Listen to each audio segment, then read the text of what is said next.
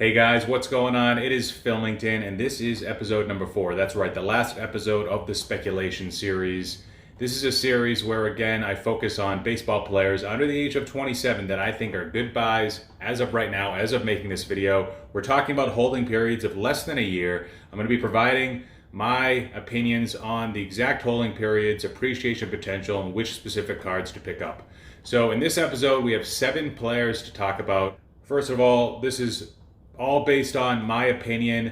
Please also seek out your own due diligence before making any purchase decisions. In the last video, I spoke about the whole notion of seeking out cards that have a defined and known scarcity. A lot of these would be cards that are serial numbered on the back or front. What I didn't discuss was that scarcity or rarity doesn't always linearly relate to value.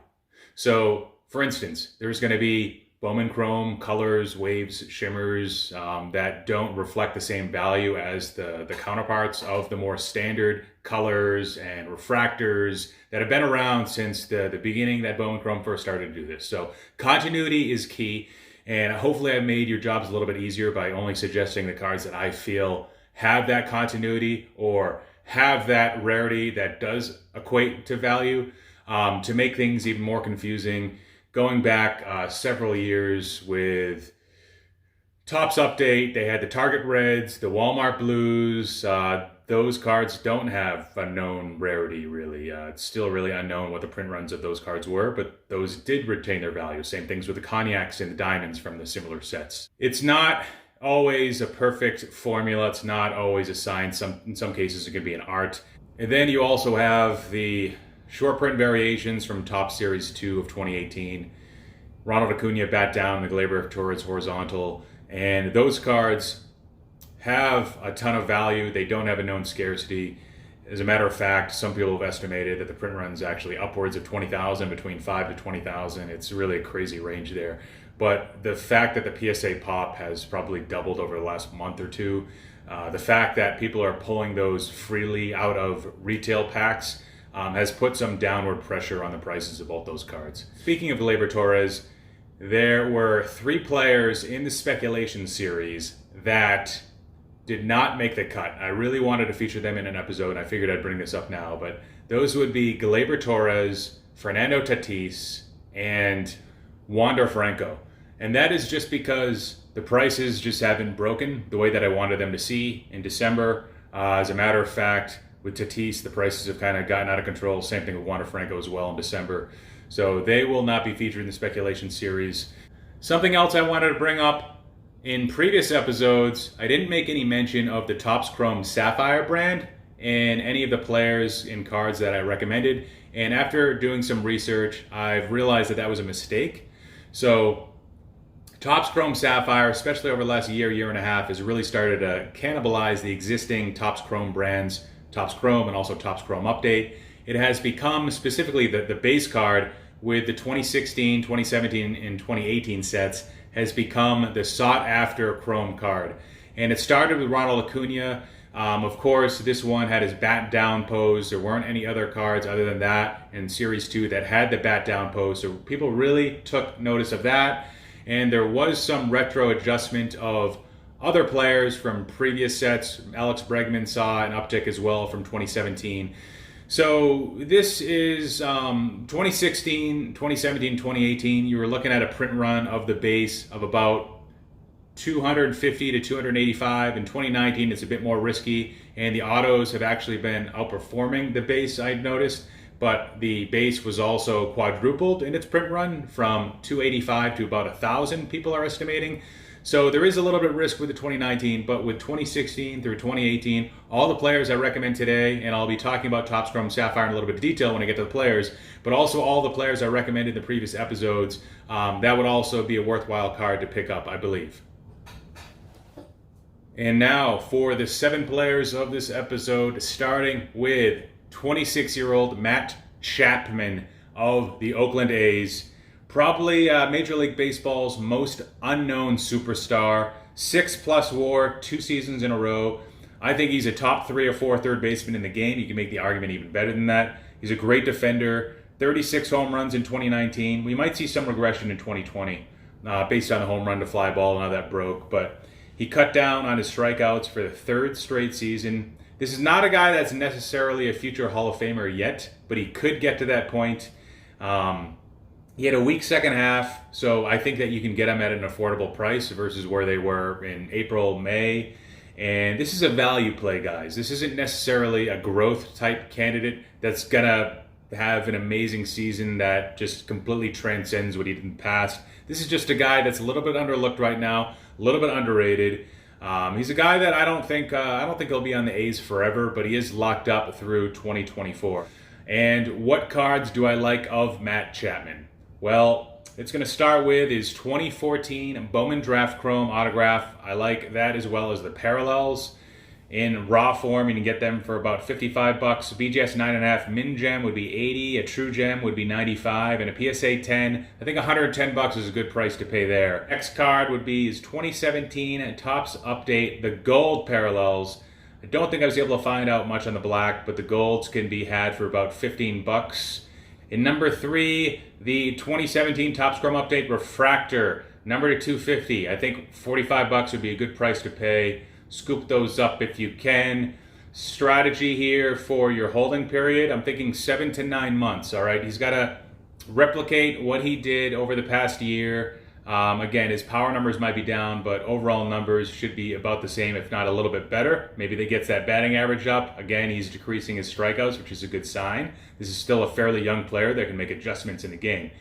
And I think your target return would be 25 to 30%. Nothing crazy here.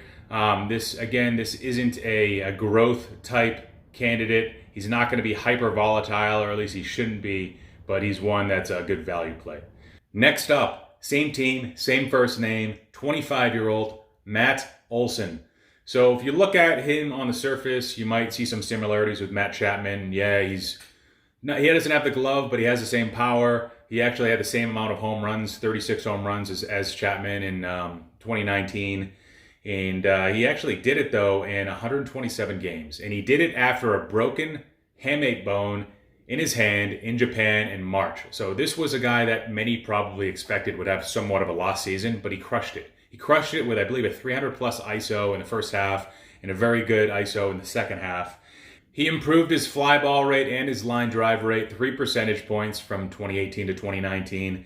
And this was really part of a larger overall adjustment of pulling the ball more. So that went up from 42 to 52%. His home run to fly ball rate was up a bit in 2019. It was 23.7%, but he actually maintained a 41% home run to fly ball ratio in a limited sample size in 2017. So you might not see that much power regression in 2020, guys.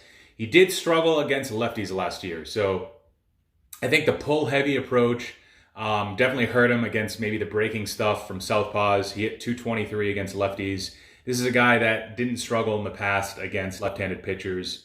So look for him to make some more adjustments. He's still young in baseball years, maybe not in hobby years. This probably also isn't a future Hall of Famer. But there's someone that, unlike Chapman, might be able to dominate the majors for short sample size, whether that's 4 to 6 weeks. And you could really see an uptick in hobby because of that, I truly believe. And when he hits his hot stretch is when you sell.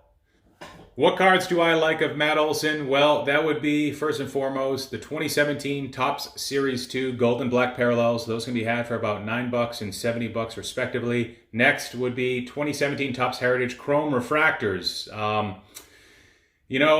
I don't usually recommend the Chrome Refractors, but I thought for $5 it was a no-brainer. This is a card number to 568. This is something I'm not going to spend a whole lot of time on, but right now the Topps Heritage Refractors that are numbered are criminally undervalued versus, say, a Topps Flagship Gold. This is a trend that might change at least a bit.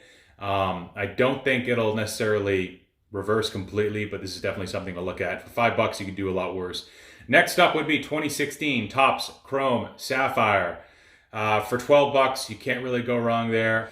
Next up, number 4 would be the 2017 Topps Chrome Parallel Autos. Here, I thought the best values were the refractors and the purples, 14 and 17 a pop. I thought some of the other ones were undervalued. Maybe they didn't have comps too. Next, lastly, this would be the 2013 Bowman Chrome Autograph and Parallels. So $25 for the standard autograph. With the parallels, you're looking at multipliers of 1.5 for the refractor, times 3.5 for the blue, times 9 for the gold, times 13-ish for the orange. Holding period, 5 to 9 months, guys, and a target appreciation between 25 to 50%. Who else had 36 home runs last year? 26-year-old Max Kepler. This is someone who has above average defense skills. He also, like Matt Olsen, did it in a shortened season of 134 games. Was also very overlooked, I thought. Slash line of 252, 336, 519 in 2019. His hard hit rate increased from 33 to 37 to 42.4% over the last 3 years. So this is another guy like Matt Olsen that's made significant offensive improvements of late that I also think is a bit underlooked. He was always considered a decent prospect, but he started playing baseball at a pretty old age relatively. He grew up in Germany and didn't start playing baseball till his late teens. I think he grew up playing other sports like soccer. So he's a little bit late to the party. So the fact that he's making the adjustments now shouldn't really be too much of a surprise. He's had pretty good plate discipline too. This is stuff that I like to see. 10% walk rate, 16.5% Ks. So he made some adjustments similar to Matt Olsen where he was more pull heavy, but he had more palatable splits. So he was actually better against lefties last year, and he's a left-handed hitter as well. His home run to fly ball rate did double in 2019, so expect maybe low 30s with home run totals in 2020 unless he makes some more adjustments. But this is a guy like Matt Olsen that could dominate in a short stretch, and I think could be a decent candidate to flip. So what cards do I like of Max Kepler? Well, that's going to be, first of all, 2016. Good luck finding this one, but it's a steal if you do. There was actually a comp of a PSA 10 for $80. That's where the picture came from. 2016 Topps Heritage Real One Red Ink. You probably get a raw one for about 60. Hopefully, if it's in line with that PSA 10, maybe a bit less actually. But 60 would still be a good deal. Next would be 2010 Bowman Chrome Autograph, and also the parallels here. So base, you can get those for about 15 to 25 bucks. Similar multipliers to Matt Olsen. So regular refractor would be times 1.5, blue would be times 3.5, orange or gold would be times 9, and orange would be times 13-ish.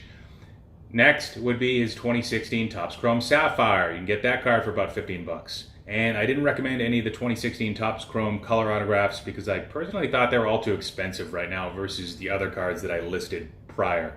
And holding period here, similar to Matt Olsen, 5 to 9 months. Wait till he hits that hot stretch. And target appreciation also 25 to 50%. Next up, the pitcher of the episode, also my pick of the episode. This is perhaps the last time you can get this guy cheap. 25-year-old Walker Buehler. In 2019, 14-4, 10.61 Ks per 9, 1.83 walks per 9, 3.01 FIP in 182 innings. No one talked about him though. He didn't finish top 3 in the Cy Young. He didn't finish, I don't think, even top 5 in the Cy Young voting. This is a guy that had 153 innings in 2018 after recovering from Tommy John. So the Dodgers definitely kept the training wheels on him for this year. They didn't want him to have too much of an innings jump, like the same logic was for him the year before. But he is being unleashed in 2020 is what I'm predicting.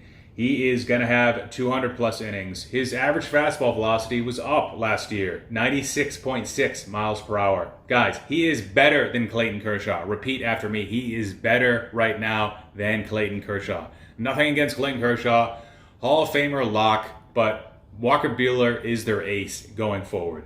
He's going to be a top 3 starting pitcher, I feel, in the National League for the next 8 years. This is, if he stays healthy. Right now, he's already more polished than Jack Flaherty. He has 3+ pitches and a swooping 12-6 curveball that's probably only going to get better. He had a 5.8 K to walk ratio. I talked in a previous episode how I wanted Jack Flaherty to get up to that 4 level. Well, Walker Buehler is already at 5.8. And he plays for the Dodgers. This is a huge market, a big market, guys. This is probably a top 3 market in the game. The cards that I like to pick up of Buehler are starting with 2018 Topps Series 1 gold and black parallels, $20, $160 respectively. I think are good prices to pay. Next is going to be his Topps Chrome Sapphire base. Raw, get one for about $40. Min BGS 9.5, 60. True Gem BGS 70. PSA 10, 80. I just picked up a Pop 3 BGS 10 for $150 myself. Next up would be 2015 Bowman Chrome Autograph and Parallels. Raw base you can get for about $80. Also consider the parallels too, and anything above refractor I'd probably prefer graded. The multipliers I'd give him are probably times 1.5 for the refractor, times 3.5 for the blue, times 9 for the gold, times 13 for the orange. And lastly, the 2018 Topps Chrome Autograph, $30 to $35 for the raw. This is not the Chrome update. This is the regular Topps Chrome. I couldn't find any information out on the parallels really, so I didn't provide that as a recommended buy. And for the holding period, we're talking 5 to 8 months. We're waiting for him to blossom into a top 3 pitcher in the league, so it might take a little bit of time, July, August, etc. And the target appreciation of 35 to 50%. Next up, this is a bounce back type candidate. Post-hype sleeper, 22-year-old Carter Keyboom of the Washington Nationals. This is a guy who had a slash line of 128, 209, and 282 with the big club in 2019. He had 38% strikeouts. He was terrible. There's no other way to put it. But this is a former big prospect with a Bill James 60 overall grade. He has the potential to be a very valuable player for the defending World Series champ. He's got 4 to 5 tools already with more power to come potentially. He's going to have to prove himself in the spring. He's likely going to be tried out at multiple positions. But my hunch is that he makes the team, whether or not in April, at some point towards the beginning of the season. And what cards do I like of Carter Keyboom? First of all, the 2016 Bowman Draft Chrome Parallels. This would be the blue, numbered to 150 for about $17. The golds, which you can get for pretty cheap right now, the $35 to $40 range, I think is a steal. And the orange, $50 to $55, I think is a pretty good buy. The next card would be the 2018 Bowman Chrome Autograph and Parallels. So this isn't going to have the number 1 on it, but it's actually his first Bowman Chrome Autograph card. And raw base, you're looking at $40 to $45. PSA 9's a little bit more, maybe about 50. Minimum BGS 9.5, about 65. True Gem 75, and PSA 10's, I think $85 is a good price to pay. And these were the only 2 cards I recommended. The 2019 Topps Update Gold Parallels, I thought were way too expensive, about $17 to $18, which I didn't think made sense. And for the holding period, 3 to 6 months. Wait till he makes the team, and or that he shows he has staying power in the major leagues would be the play to make. And target appreciation between 25 to 30%.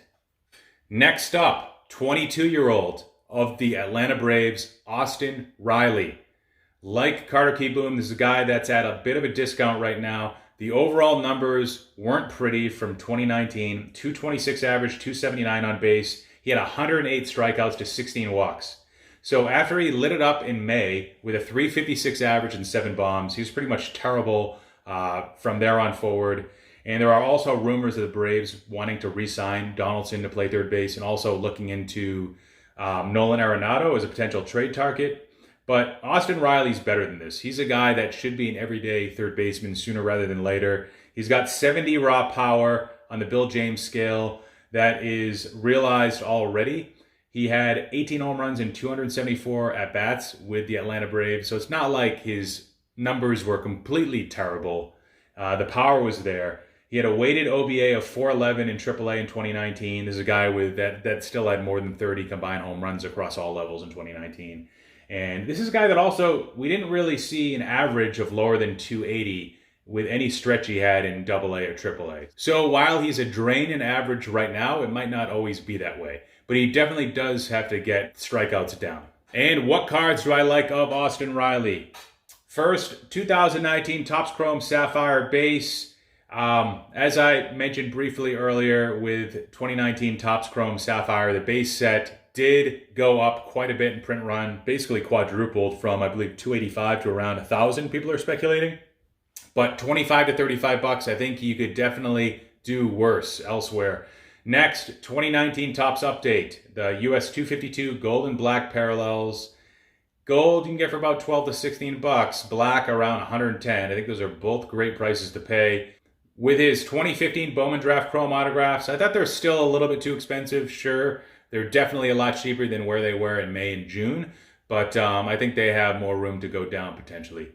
With the holding period of between 4 to 7 months, wait till he snaps out of that slump, and target appreciation of between 25 to 40%. And lastly, player number 7. This is probably my second favorite pick of the episode. This is also a Dodger. I talked about Walker Buehler earlier. Now I'm going to talk about 22-year-old Gavin Lux. 28 home runs across 3 levels last year. He's a second baseman, and personally, I think he's untradeable. I know he's been brought up in rumors with Francisco Lindor, with Mookie Betts, but trust me, the Dodgers aren't dumb enough to trade this guy. I truly think that when you look at their franchise, I think he's top 3 in importance. I think Walker Buehler is very important. I obviously think Cody Bellinger is very important. But going forward, I think, Justin Turner's got a bad knee. Clayton Kershaw cannot get past his postseason woes, and he's declining from a peripheral standpoint. And Gavin Lux is the future of this team, as is Cody Bellinger and Walker Buehler. In AAA last year, he walked 14.2% of the time, and he struck out only 18% of the time. So when we saw him in his small sample size in September with the big club, he didn't really show that, but that wasn't really the true Gavin Lux. We started to see a bit more of the true Gavin Lux in the playoffs. I think he was one of their better offensive players. Despite hitting 240 in the big league club in those 82 plate appearances in 2019, he didn't hit below 310 at any minor league level in either 2018 or 2019. This is a guy that has a hit tool that will translate. He will be an above average hitter. It's just a matter of when, not if. The power is developing, and he's a buy low, guys. What cards do I like of Gavin Lux? Well, he's only got so many, and I've mentioned 2 here, and that's going to start with his 2016 Bowman Draft Chrome Color Parallels.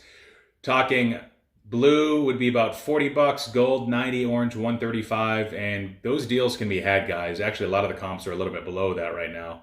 So the non-autos right now, I think, while a lot of people are going to always prefer that autograph, they're just cheaper right now relatively, and I wanted to show you guys that and put them in the number 1 spot.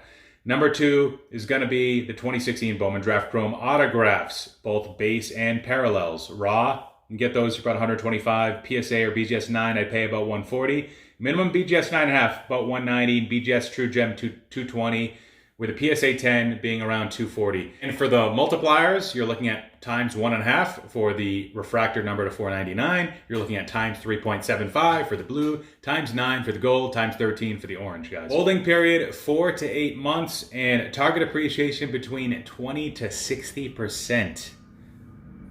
Well, that is it for not just this episode, but also this year's speculation series. Hopefully you guys enjoyed watching all of the episodes. Let me know what you thought about all my picks in the comments, and good luck speculating, guys. Take care. Filmington out.